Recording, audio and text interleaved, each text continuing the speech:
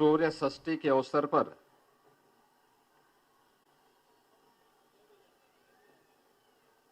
प्रदेश की राजधानी लखनऊ के आज के इस कार्यक्रम में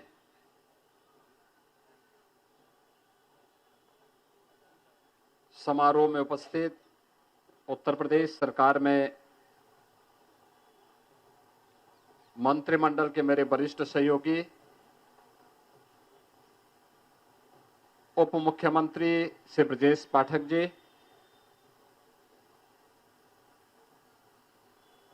लखनऊ की महापौर श्रीमती सुषमा खड़गवाल जी,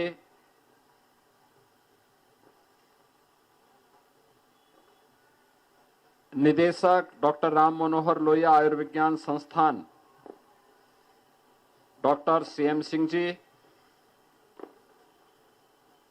भारतीय जनता पार्टी के महानगर लखनऊ के अध्यक्ष श्री आनंद द्विवेदी जी,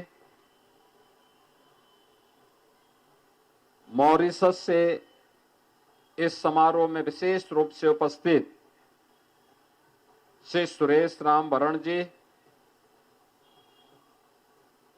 इस पूरे कार्यक्रम के संयोजक और जिन्होंने पिछले 41 वर्षों से छठ की इस पौराणिक परंपरा को लखनऊ में एक जीवंतता दी है, ऐसे अखिल भारतीय भोजपुरी समाज के अध्यक्ष श्री प्रभुनाथ राय जी, महासचिव श्री मनोज सिंह जी, अखिल भारतीय भोजपुरी समाज से जुड़े हुए सभी बंधुगण, उपस्थित बहनें और कठिन व्रत का पालन करके छठी मैया से लोक मंगल की कामना करने वाले सभी उपस्थित बहनें और भाइयों, आज देश और दुनिया में जहां कहीं भी भोजपुरी समाज रह रहा है, यह छठ के इस पावन पर्व के साथ जुड़ करके न केवल आत्म शुद्धि के माध्यम से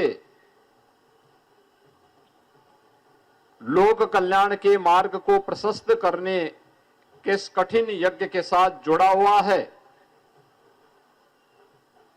अपितु अनेक सामाजिक कार्यक्रमों के माध्यम से सामाजिक और राष्ट्रीय एकता का संदेश भी दे रहा है। इस अवसर पर इस पूरे आयोजन के साथ जुड़े हुए आप सभी बहनों और भाइयों को मैं छठ महापर्व की हृदय से बधाई देता हूं।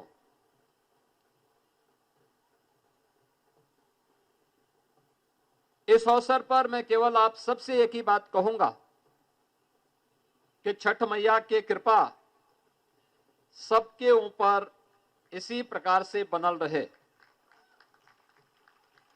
सबन लोगों के परिवार में सुख समृद्धि और खुशहाली रहे, एकरे खातिर हम छठी माई से आशीर्वाद मांगे तानी। जितना लोग व्रत बाटे ओए खातिर हम छठी माई से आशीर्वाद मांगे तानी कि सबके भगवती पूरा उनके सपने को पूरा करें। बहनों और भाइयों, ये पर्व और त्योहार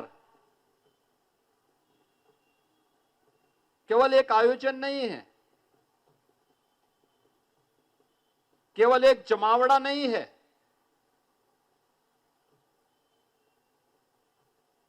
ये हमारी सामाजिक एकता, आध्यात्मिक उन्नयन,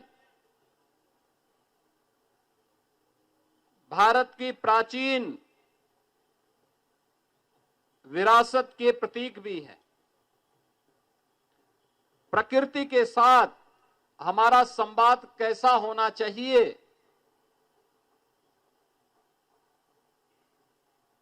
इसके भी एक माध्यम है। 4 दिनों का कठिन साधना आज अपने तृतीय दिवस में अस्तांचल सूर्य को अर्घ दे करके लोक पिता सूर्य की आराधना के साथ जुड़ रहे हैं और कल उदयांचल सूर्य का अर्घ देकर के इस पूरे आयोजन को विराम देकर के लोग अपने परिवार के लिए लोक मंगल की कामना का आशीर्वाद प्राप्त करेंगे। दुनिया के अंदर इस प्रकार का आयोजन मिलना बहुत कठिन है और आप इसको भी देख रहे होंगे कि पूरे आयोजन की पृष्ठभूमि में बहनों का योगदान सबसे कठिन और तपस्यापूर्ण होता है। लगातार 24 से 36 घंटे तक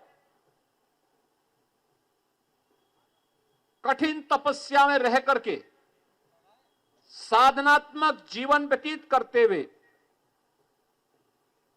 बहनें इस आयोजन के साथ जुड़ती हैं और इस आयोजन के माध्यम से केवल अपने परिवार के सुख और समृद्धि के लिए नहीं, लोक मंगल के कल्याण के लिए वे इस कठिन व्रत के साथ जुड़ती हैं। और यही कारण है कि पौराणिक काल से चले आ रहे इन पर्व और त्योहारों की परंपरा, जो केवल पहले छोटे से क्षेत्र तक सीमित थी, आज ये फैलते फैलते भारत के अंदर कोई राज्य ऐसा नहीं, कोई जनपद ऐसा नहीं जहां पर इस आयोजन के साथ लोग न जुड़ रहे हो। उत्तर प्रदेश के अंदर ही,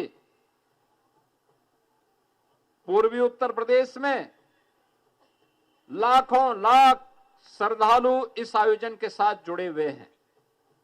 कोई मंदिर, कोई सरोवर, कोई तालाब और कोई भी ऐसा स्थल नहीं जहां पर बड़े पैमाने पे श्रद्धालु इस आयोजन के साथ न जुड़े हुए। और पश्चिम लखनऊ में हम लोग यहां पर हैं और भी कई स्थानों पर इस प्रकार के आयोजन चल रहे हैं। और जब हम पश्चिमी उत्तर प्रदेश में जाते हैं, मैं कल गाजियाबाद में था, परसों नोएडा में था, आप आश्चर्य करेंगे कि गाजियाबाद में 50,000 से लेके 1 लाख श्रद्धालु छठ महापर्व के साथ जुड़ने वाले हैं और इतने ही लोग गौतम बुद्ध नगर नोएडा में भी जुड़ने वाले हैं, जहां पे लाखों लाख श्रद्धालु किसी आयोजन के साथ जुड़े। और उसमें सबसे कठिन साधना का पक्ष तब आता है जब किसी नदी में, किसी सरोवर में खड़े होकर के बहनें भगवान को, सूर्य को अर्घ देती हैं। वह एक बहुत महत्वपूर्ण क्षण होता है। आप कल्पना करिए, जिस जल का हम अर्घ दे रहे हैं भगवान को, अगर वह जल शुद्ध न हो, क्या भगवान उसको स्वीकार करेंगे? जिस जल में खड़े होकर के आप याद करिए, जब आप पूजा के लिए बैठते हैं पूजा के लिए बैठने के पहले आप इस बात का ध्यान रखते हैं कि पूजा स्थल साफ सुथरा हो, पोछा लगा हुआ हो। पहले कच्चे घर होते थे तो गोबर से पुताई करवाते थे, लिपाई करवाते थे, साफ सुथरा वातावरण करते हैं, तब पूजा करते हैं। अगर भगवान सूर्य को, जो इस लोक के देवता हैं, लोक पिता हैं, उनकी आराधना कर रहे हैं और जिस स्थान पर खड़े हैं वह स्थान शुद्ध न हो, जल शुद्ध न हो, क्या वह कामना को पूरा करेंगे? और इसलिए हमारा ये दायित्व बनता है कि यह पर्व हमें स्वच्छ भारत अभियान, जिसे प्रधानमंत्री मोदी जी के नेतृत्व में पूरे देश के अंदर 2014 से ही प्रारंभ किया जा रहा है, बृहद पैमाने पर चलाया जा रहा है। इस स्वच्छ भारत अभियान के साथ साथ कहीं भी गंदगी न हो, गंदगी के उन कारकों को जिनके कारण गंदगी पैदा होती है, सिंगल यूज प्लास्टिक, प्लास्टिक के कप, गिलास, पॉलिथीन, इन सब को हटाने की व्यवस्था, इनका उपयोग न करें, नदी में न फेंकें, नालों में न फेंकें, जहां तहां न फेंकें। अगर हर व्यक्ति इसका पालन करने लग जाए तो आधे से अधिक समस्या का समाधान हो जाता है। गंदगी जिन कारणों से होती है उनमें से एक बड़ी समस्या का समाधान हो जाता है। दूसरा, कोई भी जल के स्रोत को बाधित नहीं करना, नदी पे कब्जा नहीं करने देना, गंदे नालों को नदी में जाने से रोकना, घर की गंदगी को, समाज की गंदगी को नदी में, नालों में नहीं फेंकना। उसके लिए जो स्थान ग्राम पंचायत ने, नगर पंचायतों ने, नगर निगमों ने तैयार किया है, वहीं पर हम डालें। कूड़ा प्रबंधन कूड़े के साथ होना चाहिए, न कि जहां तहां हम फेंक दें। अगर हम इसका पालन करते हैं तो यह भी एक ईश्वर की सेवा है, यह भी परमात्मा की एक सेवा है। इस बार आप देख रहे होंगे, गत वर्ष या उससे पहले वर्ष पवित्र गोमती नदी में जिन लोगों ने छठ पूजन के साथ या किसी आयोजन के साथ जुड़े होंगे, इससे पहले आप जुड़े होंगे तो आपने देखा होगा पिछले 2 वर्षों में नदी में जल कम हुआ करता था, कभी कभी बदबू की भी शिकायत आती थी। इस बार हम लोगों ने प्रशासन की बैठक 1 महीने पहले ली थी। टेरिटोरियल आर्मी के साथ भी हमारी बैठक हुई थी। सिंचाई विभाग, स्थानीय प्रशासन, नगर निगम, लखनऊ विकास प्राधिकरण, ये सभी लगे, तमाम समाज सेवी और स्वयंसेवी संगठन भी लोग लगे, और अखिल भारतीय भोजपुरी समाज ने भी छठ के पूर्व स्वच्छता का जो अभियान चलाया, आज आप परिणाम देख रहे होंगे। जब मैं अभी पूजा करने के लिए, मां गोमती का पूजन करने के लिए और वहां पर गया तो मैंने देखा गत वर्ष की तुलना में इस बार जल की मात्रा भी अच्छा था और शुद्धता भी थी। जल की शुद्धता बनी रहे, ये पूजन के लिए आवश्यक है, और इसीलिए हम लोग इस अभियान को चलाए हैं। और हमारा प्रयास है कि आने वाले 1 से 1.5 वर्ष के दौरान एक ऐसी स्थिति पैदा की जाए कि लखनऊ का एक भी ड्रेनेज, एक भी सीवर गोमती नदी में न गिरने पाए। पूरी गोमती नदी शुद्ध हो, पीलीभीत से लेकर के लखीमपुर खीरी, सीतापुर, लखनऊ होते हुए और गाजीपुर में जिस स्थान पर मां गंगा के साथ मां गोमती नदी का मिलन होता है, उस स्थान तक एक अविरल और निर्मल नदी के रूप में मां गोमती का आशीर्वाद इन सभी जनपदों को प्राप्त हो, इसके लिए एक तैयारी चल रही है। तमाम जनपदों में कार्य प्रारंभ भी हो गया है। लखनऊ के वासियों से और खास तौर पर छठ जैसे महा आयोजन के साथ जुड़े हुए आप सभी लोगों से मेरी विनती होगी, ये प्रार्थना है, मैं ये आग्रह करूंगा कि आप सभी अपने स्तर पर इस आयोजन के साथ जरूर जुड़ें। कल प्रातः आयोजन विराम लेगा और मैं इस अवसर पर अखिल भारतीय भोजपुरी समाज से जुड़े हुए सभी पदाधिकारियों से कहूंगा, लखनऊ के स्वयंसेवी संगठनों से कहूंगा कि श्रद्धालु जनों और कठिन व्रत रखने वाले लोगों का वह आयोजन संपन्न होगा, लेकिन हमारा आयोजन तब संपन्न होना चाहिए जब हम फिर स्वच्छता के बड़े अभियान को बड़े पैमाने पर गोमती नदी के तटवर्ती क्षेत्रों में चला करके इसकी शुद्धता को, इसकी स्वच्छता को अविरल और निर्मल बना करके अन्य आयोजनों को फिर इसके लिए तैयार कर सके और इस अभियान के साथ हमें जोड़ना चाहिए। यह हमारा राष्ट्रीय कर्तव्य भी है। याद रखना, कोई भी देश तब तक विकसित नहीं हो सकता जब तक कि वहां के नागरिक अपने राष्ट्रीय कर्तव्य के साथ न जुड़े हुए हों। ये केवल नगर निगम का दायित्व नहीं है, ये केवल स्थानीय प्रशासन की ही जिम्मेदारी नहीं है, ये केवल उन लोगों की जिम्मेदारी नहीं है जो इस आयोजन के साथ जुड़ रहे हैं।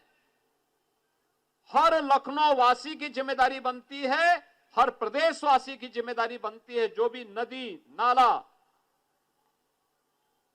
सरोवर हमारे आसपास, हमारे गांव, हमारे शहर, हमारे कस्बे के आसपास जहां कहीं भी है, उसकी स्वच्छता को, उसकी सुंदरता को बनाए रखने के लिए अगर हम भी अपने स्तर पर कुछ प्रयास कर सकेंगे तो ये प्रयास आने वाले समय में विकसित भारत और आत्मनिर्भर भारत की संकल्पना को, प्रधानमंत्री जी के इस विजन को आगे बढ़ाने में मदद करेगी। और यह छठ जैसा पर्व इस बात की प्रेरणा भी हम सबको प्रदान कर रहा है। मैं आज के इस अवसर पर श्री प्रभुनाथ राय जी को और उनकी पूरी टीम को धन्यवाद दूंगा कि सम और विषम परिस्थितियों में इनके द्वारा लगातार इस कार्यक्रम को बनाए रख करके इस आयोजन को सफलता की एक नई ऊंचाई तक पहुंचाने का कार्य किया जा रहा है। आज के समय में जब लोगों के पास साधन हो गए हैं, मैं देख रहा था, अभी मैं लखीमपुर खीरी से आया था कुछ देर पहले, बहुत सारे लोग अपने छत के ऊपर ही आयोजन के साथ जुड़े हैं, कुछ लोग अपने आंगन में ही जुड़े हैं, लेकिन तब भी हजारों की संख्या में लोग पवित्र गोमती नदी के तट में आकर के इस आयोजन के साथ जुड़ रहे हैं। ये बहुत बड़ी बात है। इस अवसर पर मैं एक बार फिर से छठ महापर्व की आप सबको बधाई देता हूं, आप सबका अभिनंदन करता हूं। प्रदेश के अंदर जहां कहीं भी छठ के आयोजन के साथ श्रद्धालु जन जुड़ रहे हैं, उन सबको मेरी मंगलमय शुभकामनाएं हैं। छठी मैया से मैं यही प्रार्थना करता हूं कि वह उनकी मनोकामनाओं को पूर्ण करे, उनके परिवार में, पूरे समाज में, पूरे प्रदेश में सुख और समृद्धि उसकी कृपा से आए। इस कामना के साथ आप सबको मैं छठ महापर्व की हृदय से बधाई देता हूं, अपनी शुभकामनाएं देता हूं। धन्यवाद। जय हिंद, जय जय श्री राम। बहुत बहुत धन्यवाद माननीय मुख्यमंत्री महोदय। मित्रों, जहां भक्ति है हर शब्द में, कथाओं में छुपे हैं दिव्य रहस्य और ज्योतिष देता है जीवन को दिशा। धर्म से जुड़ी हर बातों को जानने के लिए हमारे चैनल स्तुति को सब्सक्राइब करें। चैनल पर जाने के लिए इस लिंक पर क्लिक करें।